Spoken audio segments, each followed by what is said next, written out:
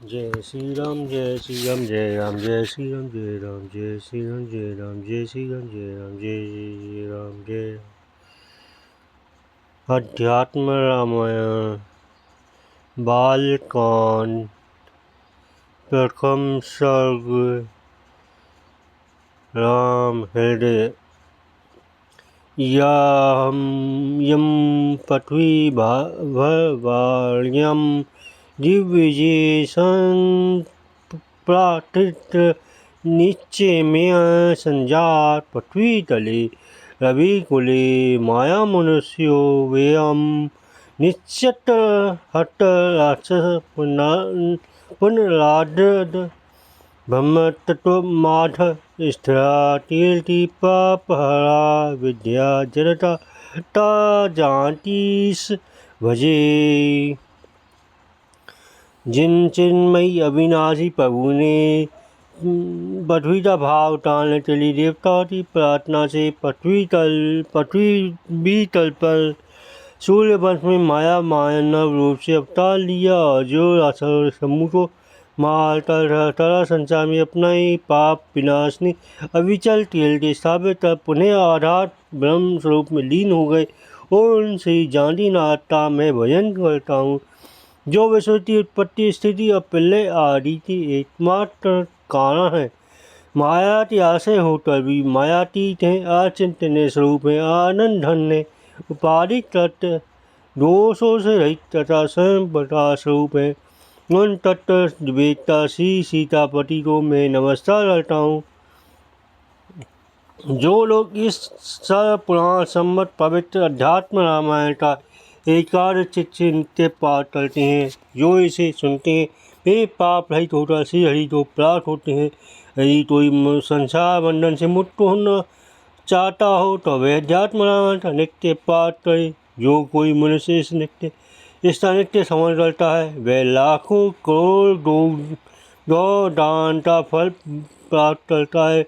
श्री शंकर स्वरूप पर्वत से निकली हुई राम रूप समुद्र में मिलने वाली हे अध्यात्म रामायण रूपनी गंगा तिलोटी को पवित्र कर रही है।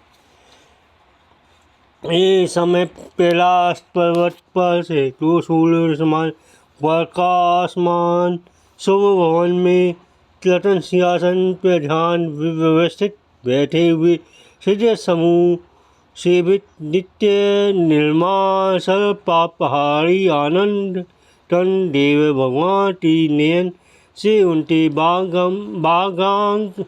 वाम अंक में विराजमान श्री गिरिराज कुमारी पार्वती ने भक्ति भाव से विनम्रता पूर्वक ये वाक्य कहे। पार्वती बोली, हे रे मैं जज निवास आपको नमस्कार है। आपके अंत्यतरों में साक्षी और आप सबके अंत्यतरों के साक्षी और परमेश्वर है। मैं आज से श्री पुरुषोत्तम भगवान का सनातन तत्व पूछना चाहती हूँ, क्योंकि आप भी सनातन हैं। महानुभाव लोग जो अत्यंत गोपनीय विषय होता है अन्य किसी कहने योग्य नहीं होता उसे भी अपने भक्त जनों को कह देते हैं। हे देव मैं आपकी भक्त हूँ, मुझे आप अत्यंत प्रिय हैं, इसलिए मैंने जो कुछ पूछा है वह वर्णन कीजिए। जिस ज्ञान के द्वारा मनुष्य संसार समुद्र से पार हो जाते हैं, उस भक्ति के द्वारा मनुष्य परम संसार समुद्र से पार हो जाते हैं। उस भक्ति और वैराग्य से परिपूर्ण प्रकाश में आत्मज्ञान का वर्णन आप विज्ञान सहित इस प्रकार स्वल्प शब्दों में सी कीजिए जिससे मैं स्त्री होने पर भी अपने आपके वचनों को सहज ही समझ सकूँ। हे कमल नयन मैं प्रभु रहस्य आपसे और पूछती हूँ, कृपया आप पहले उसे वर्णन करें। है तो जट प्रसिद्ध है कि अठेल लोकसा श्री रामचंद्र जी के विशुद्ध भक्ति संसार सागर लुटाने से सदन नौका है। संसार से मुक्त होने के लिए भक्ति प्रसिद्ध उपाय है, उससे श्रेष्ठ और कोई साधन नहीं है।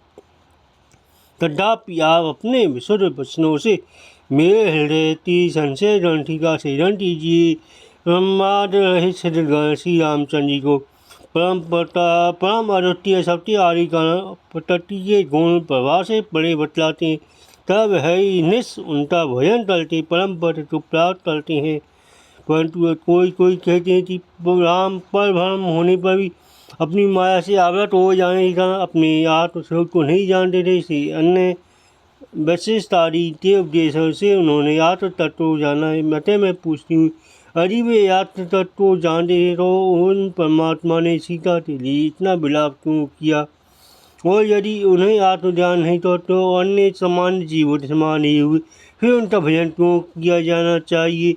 इस विषय में आपका क्या विचार है? सो मेरे ऐसे वाक्यों में कहिए जिससे मेरा संदेह निवृत्त हो जाए। श्री महादेव वाच, देवी तुम धन्य हो, तुम परमात्मा की परम भक्त हो, जो तुम्हें राम का तत्व जानने की इच्छा हुई है। इस परम घोर रहस्य का वर्णन करने के लिए मुझसे और किसी ने नहीं कहा। आज तुमने मुझसे भक्तिपूर्वक प्रश्न किया, इसलिए मैं श्री हनुमान जी की वंदना कर तुम्हें प्रश्न का उत्तर देता हूँ। श्री रामचंद्र जी ने संदेह प्रकृति से पड़े परमात्मा अनादि आनंद घन अद्वितीय और पुरुषोत्तम है, जो अपनी माया से संपूर्ण जगत को रच इससे भावित सब उसे आकाश के समान व्याप्त है, जो आत्मा रूप से सबके अंतर्गत में स्थित हुए अपनी माया से इस विश्व को परिचालित कर रहे हैं। चुंबक के निकट होने से जिस पर जल लोहे में गति उत्पन्न हो जाती है, उसी प्रकार जिनकी संधि मात्र से यह विश्व सला सब ओर भरमाता रहता है, उन परमात्मा राम को जिनके हृदय आत्मा के अज्ञान से ढटे हुए मूल जन नहीं जान सकते।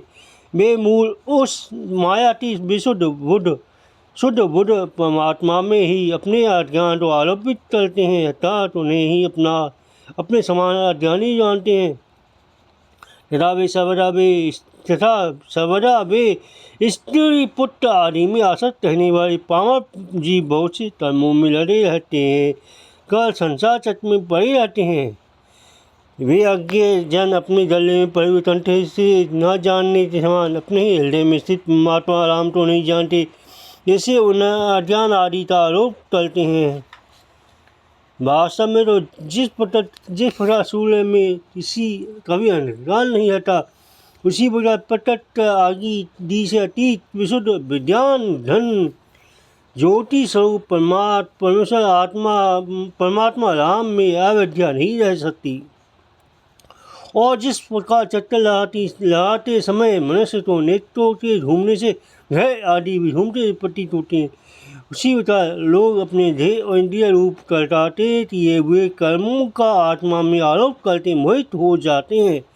प्रकाश रूपता था कभी विचार न होने से जिस प्रकार सूर्य में दिन रात का भेद नहीं होता, वह सर्वदा एक समान प्रकाशमान रहता है, उसी प्रकार विशुद्ध चेतन धन राम में अज्ञान दोनों ही कैसे रह सकते हैं।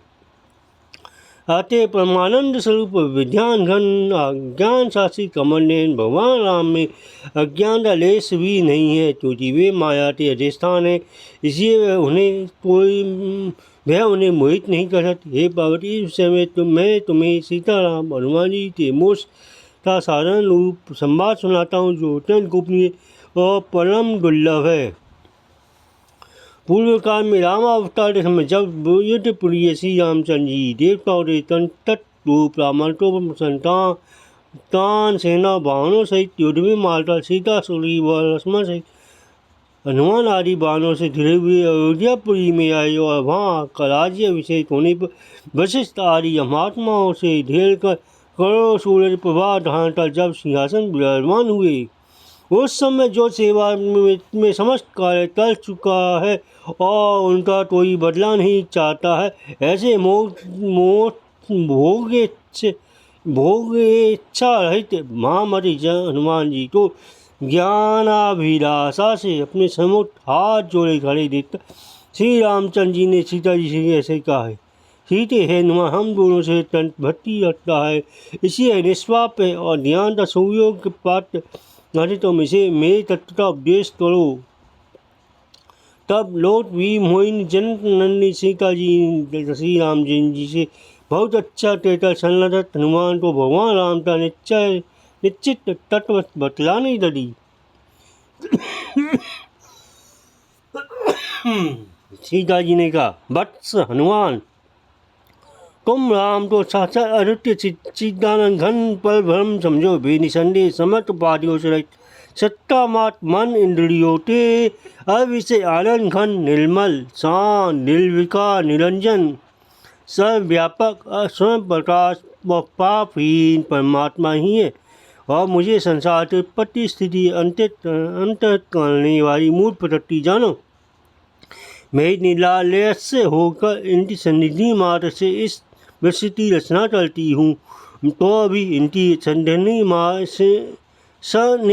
मात्र की हुई मेरी रचना तो बुद्धिहीन लोग इनमें आरोपित कर लेते हैं। अतः अयोध्यापुरी में अत्यंत पवित्र लघुकुल में इनका जन्म लेना, फिर विश्वामित्र जी की सहायता करना, उनके यज्ञ की रक्षा करना, अहल्या का श्राप मुक्त करना, श्री महादेव जी के धनुष को तोड़ना, तत्पश्चात मेरा पानी धन परशुराम जी का घर धन खंडन करना तथा 12 वर्ष तक मेरे साथ अयोध्यापुरी में रहना, फिर दंडात करने में जाना, विराट का वध करना, माया रूप मर्द रूप माई से मारा जाना, माया माई सीता का हरा जाना, तदंतर जटायु और कमंड का मुक्त होना, सबरी द्वारा भगवान तो बुझित होना और सुग्रीव से मित्रता होना, फिर बाली घबत सीताई खोज करना, समुद्र का पुल बांधना, समुद्र पर पुल बांधना और लंकापुरी को ढेर लेना, तब पुत्रों से दुरात्मा रावण को युद्ध में मारना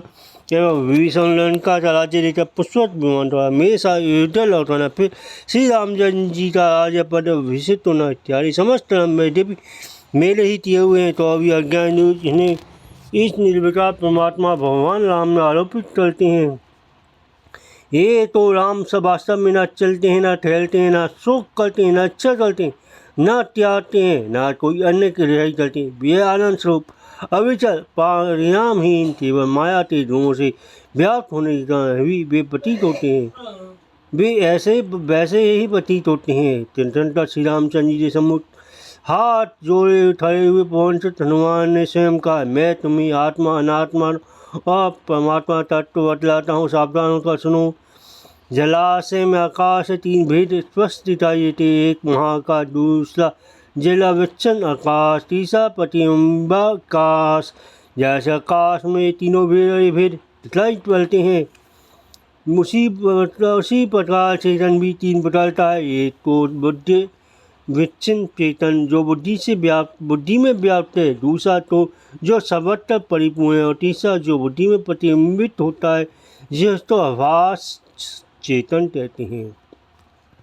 इनमें से आभास चेतन के सहित बुद्धि में ही कर्तव्य अर्थात चिदाभास होने सहित बुद्धि सब कार्य करती है, किंतु अज्ञ जन भ्रांतिवश निर्विच्छिन्न निर्विकार साक्षी आत्मा में कर्तव्य अजीत तत्वता आरोप करते हैं, उससे भी भटकता भोगता मान लेते हैं। हमने जिसे जीव कहा है उसमें आभास चेतन तो मिथ्या है, तो सभी आभास मिथ्या ही हुआ करते हैं। बुद्धि अविद्या का कारण है और परब्रह्म वास्तव में विच्छेद रहित है, उसका विच्छेद ही विकल्प ही माना हुआ है। इस प्रकार वादियों का भाग करते हुए साभास रूप अविच्छिन्न चेतन जीव तो तत्मेसी तू वह है आदि महावाक्यों द्वारा पूर्ण चेतन ब्रह्म के साथ एकता बतलाई जाती है। जब महावाक्य द्वारा इस प्रकार जीवात्मा परमात्मा की एकता का ज्ञान उत्पन्न हो जाता, उस समय अपने कार्यों से अविद्या नष्ट हो जाती है। इसमें कोई संदेह नहीं। मेरा भक्त इस उपयुक्त तत्व को समझता है, मेरे स्वरूप को प्राप्त होने का पात्र हो जाता है। पर जो लोग मेरी भक्ति को छोड़कर शास्त्र रूप गड्ढे में पड़े भटकते रहते हैं, उन्हें 100 जन्म तक भी ना तो ज्ञान प्राप्त होता है, ना मोक्ष प्राप्त होता है। हे अनंत, यह परम रहस्य तुझ आत्म स्वरूप राम का हृदय है। हे परम रहस्य मुझ आत्म स्वरूप राम का हृदय है और साथ मैंने ही तुम्हें सुनाया है। यदि तुम्हें इंद्रलोक के राज्य से भी अधिक संपत्ति मिले तो अभी तुम इसे मेरी भक्ति से ही किसी दुष्ट पुरुष को मत सुनाना। श्री महादेव वाच हे देवी, मैंने तुम्हें वह अत्यंत गोपनीय हृदय हारी परम पवित्र पापनाश राम हृदय सुनाया है। समस्त वेदांत का सार संग्रह साक्षात श्री रामचंद्र जी रटा हुआ है। जो तो इसे भक्तिपूर्वक सदा पढ़ता है वह निसंदेह मुक्त हो जाता है। इनके पठन मात्र से अनेक जन्मों के संचित ब्रह्म हत्या आदि समस्त पाप निसंदेह नष्ट हो जाते हैं, क्योंकि श्री राम जी के वचन ही ऐसे हैं। जो कोई अत्यंत भ्रष्ट अति से पापी पर स्त्रियों में सदा पवित्र रहने वाला चोर ब्रह्म हत्यारा माता पिता भक्त करने में रहा हुआ और योगी जनों का हित करने वाला मनुष्य भी श्री रामचंद्र जी का पूजन कर इस राम हृदय का भक्तिपूर्वक पाठ करता है, वह समस्त देवताओं के पूछे उस परम भक्त प्राप्त होता जो योगी राजों को भी परम दुर्लभ है।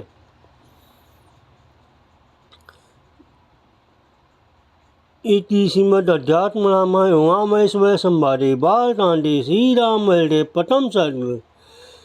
श्री राम जय राम जय राम जय श्री राम जय राम जय राम जय राम जय श्री राम जय राम जय श्री राम जय राम जय श्री राम जय श्री राम जय राम जय श्री राम जय राम जय श्री राम जय राम जय श्री राम जय राम जय श्री राम जय राम।